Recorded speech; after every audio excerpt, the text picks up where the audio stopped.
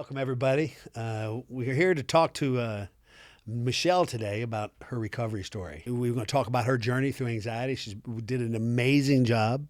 You really have been. She's had an amazing journey, and we're going to share that with you today as far as her recovery journey, and been life-changing for her. I'll let her do it more than me or tell you about it.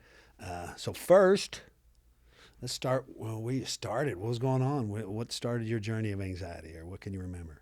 I'm gonna say most of my life, I was definitely anxious. Panic attacks, few and far between. 24 years old, got very anxious. I'm 38, so that's a long time ago. Tried Zoloft. Did the reverse effect and made me have panic attacks Right. every day. He did the same for me. Yeah.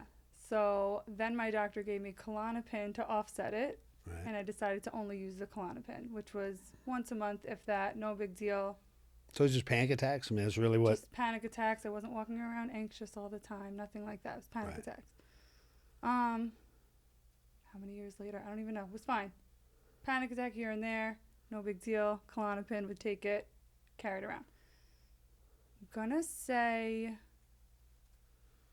2021 or 2022. We went to Disney, my kids, my husband, and I went into fight or flight for 2 straight weeks. I lost 15 pounds, was making myself sick, taking Klonopin like candy. My kids were miserable. Everyone was miserable. Right. Okay? Horrible. Came home. Was not really the same after, but continued on going about life. That February, went to Florida again.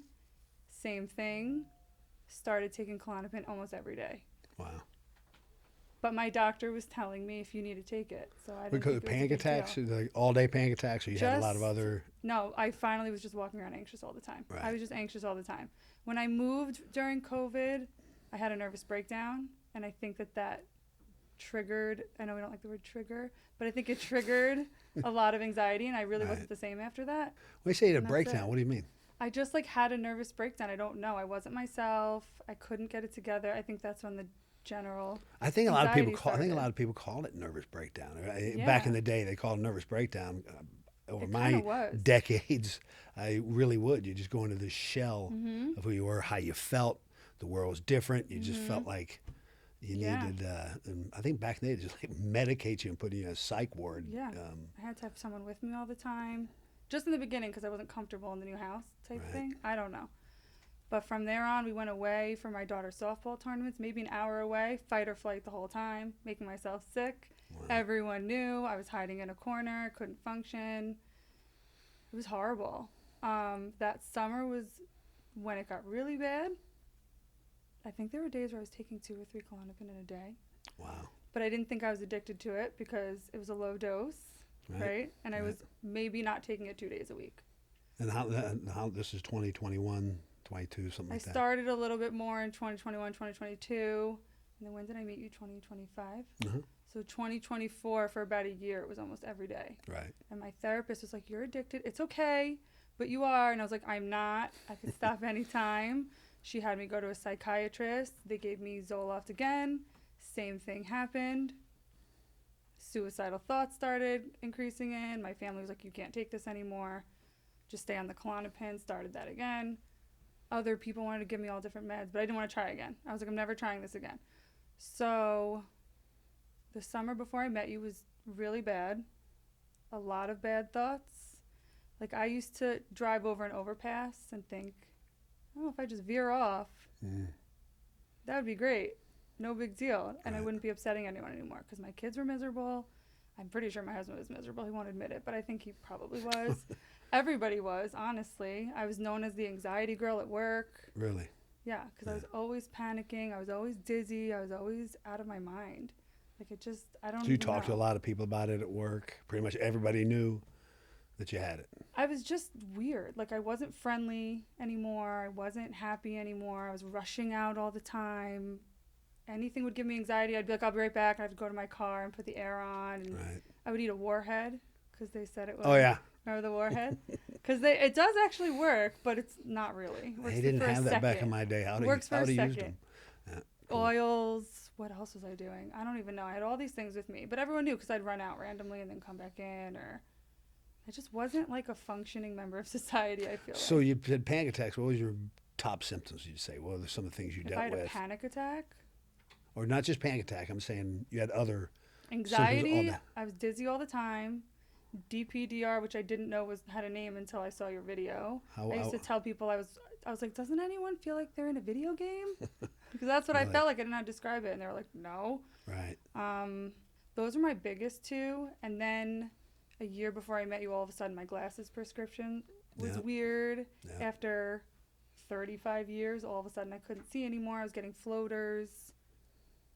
I don't even know. It was everything. Yeah. Everything. Stomach, chest heaviness, tingling in my arms, my face, my legs, So all of it. what are the things that you did you ever become agoraphobic where you didn't go out much, or did I you keep wasn't going? agoraphobic, but I had to take a Klonopin timing perfectly of when I was going out. I couldn't Right. not go out because I have two little kids Right. and they do a lot of things. So I was out. I couldn't stop working, nothing like that.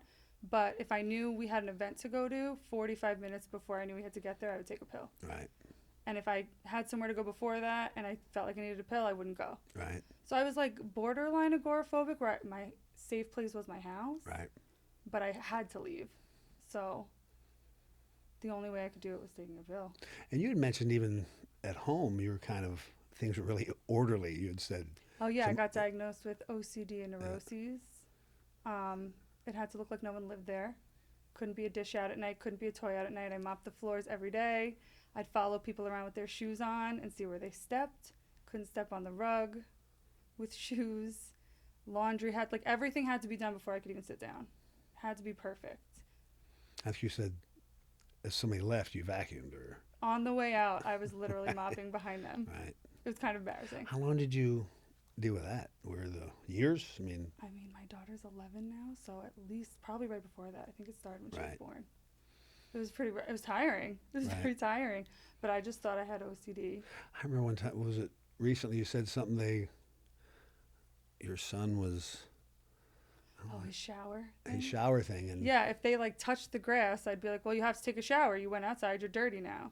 So the other day, he went outside to play for like 10 minutes and he already showered. And he came in, he's like, I have to go shower again, right? And I was like, no, why? He's like, what? And he looked around at my husband there, and I was like, why is he saying that? And my husband was like, because you're crazy and you make them shower if they go outside for 10 minutes. Right. And I was like, was I that bad? And he was like, mm-hmm. I was like, you don't have to. It's okay. And he was like, oh, What thanks. Because he used to be New scared to mom. ask to go Yep. outside again. Yeah. So, what sort of things you tried? All the things you tried before What you. didn't I try? Therapy, a lot of therapy. My last therapist was amazing. I love her. Helped. Didn't get to the root of it. Oils. I spent thousands of dollars on essential oils, crystals, Reiki, acupuncture. I think I'd mentioned I'd put my feet on the wall at night. Yep. Meditation, yoga, a lot of yoga, salt rock lamps, other lamps. I don't even, everything. Cold showers. So many things. I don't even know. It was so normal. I have a weighted blanket I would wrap myself in when I'd have a panic attack. Right. I'd wrap myself in, but it had to be double wrapped because it wasn't heavy enough. Had to be double wrapped. Okay. Certain lotions, just everything that they would say would calm you down. Oh, tea at night, certain teas at night. Apple cider vinegar tea in the morning, which is disgusting, but I did it anyway. No coffee. Had to drink water before coffee. Stopped caffeine. I stopped caffeine for a long time. Right. It didn't help, but I don't know what else. Is That's a lot. It's a lot, right? Ice rolling. I know we tend to ice- anything and everything. Ice you could- face, ice things in the morning. Yeah. All of it. Mm-hmm. Man, it's Everything. amazing all the things we try to get rid of it, and it would help some. It might give you hope for a minute, Mm-hmm. like I think it's going to help, but then if you watch it for a while, it didn't really last. Correct. And then what would you say? What was it like a breaking point?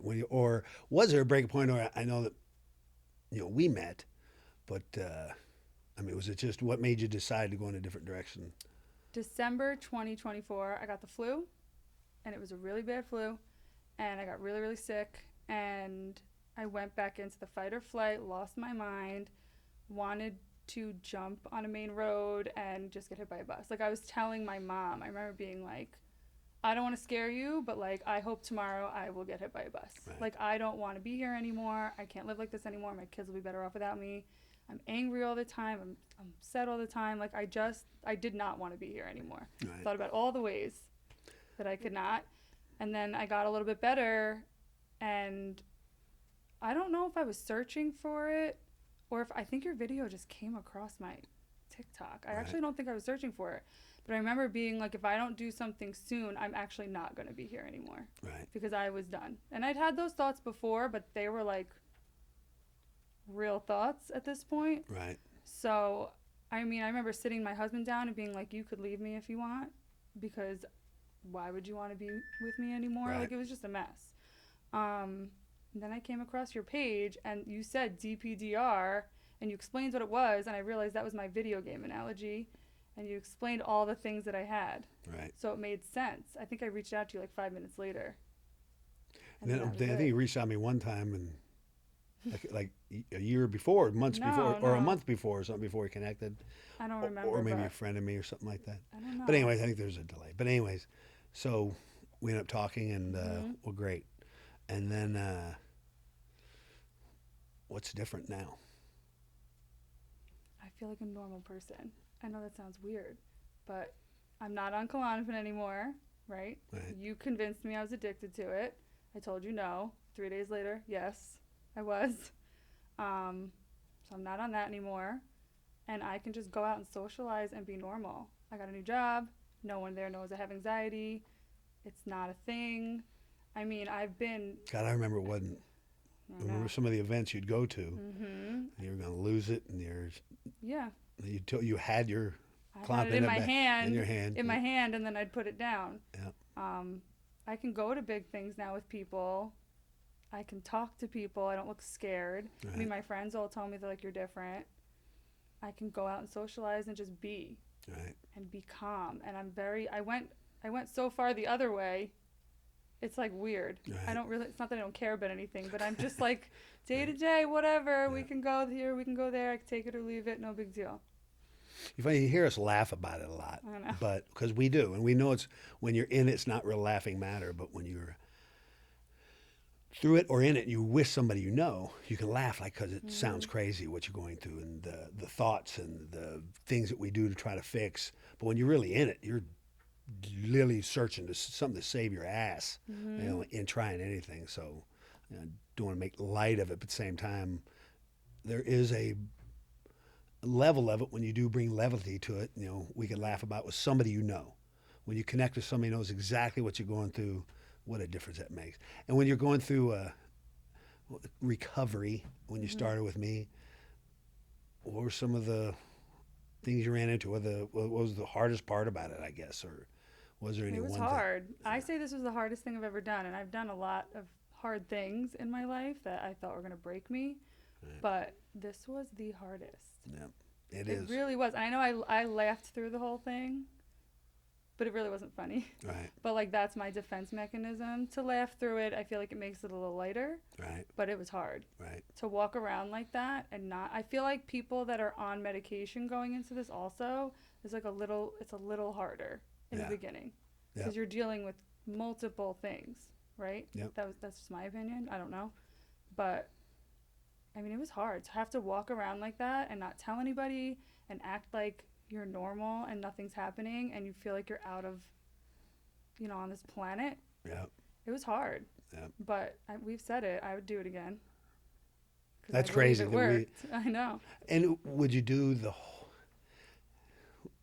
you got to have anxiety again and take the same path, would you? Mm-hmm. Isn't that crazy? Yeah, because you used to say, because we all come in and we say what? We just want our life back. We want to be who we used to be. I wouldn't wish this on my worst enemy. Right. But you used to say, you're going to get your life back, but you're not going to be who you were before. You're going to be better. Yeah. I think that's true. Yeah. I'm similar of how I was before, but I'm definitely better than I was before. So I would do it again. Isn't that amazing? Yeah. Yeah. I never would have said just wanted to get out of the shit. I just wanted to get out of feeling this way, the dizziness, the DPDR. What can I do to get rid of this? Anything. Mm-hmm. And then to think, and I heard that too. You'll be get better and better and better. Right. I was like, I just saw some cliche crap that Mm-mm. wasn't, and it's fact, because it changes your perspective on everything. Because when you look at life and kind of what you went through, not just the symptom portion of it, but then life and beyond, we're responding to other things in life, situational anxiety or Right. whatever, that you're taking things different. But no, you've crushed it since the beginning, literally crushed it. And has your family noticed a big difference, or have they ever say anything like, "Man, there's something different about Yeah. you"? Or I think we went on a trip, and my sister-in-law said, "In what world are you the least anxious person here?" Because there were so many of us, and I was like, "I don't know, actually," that's fair. because And I you was were just never that way going with before. it. No, Wow. everyone thought I was gonna freak out on this trip because it was like the first trip we went on, and I don't Right. do well on trips because I need to be in my space. Right. It was totally fine, like no big deal.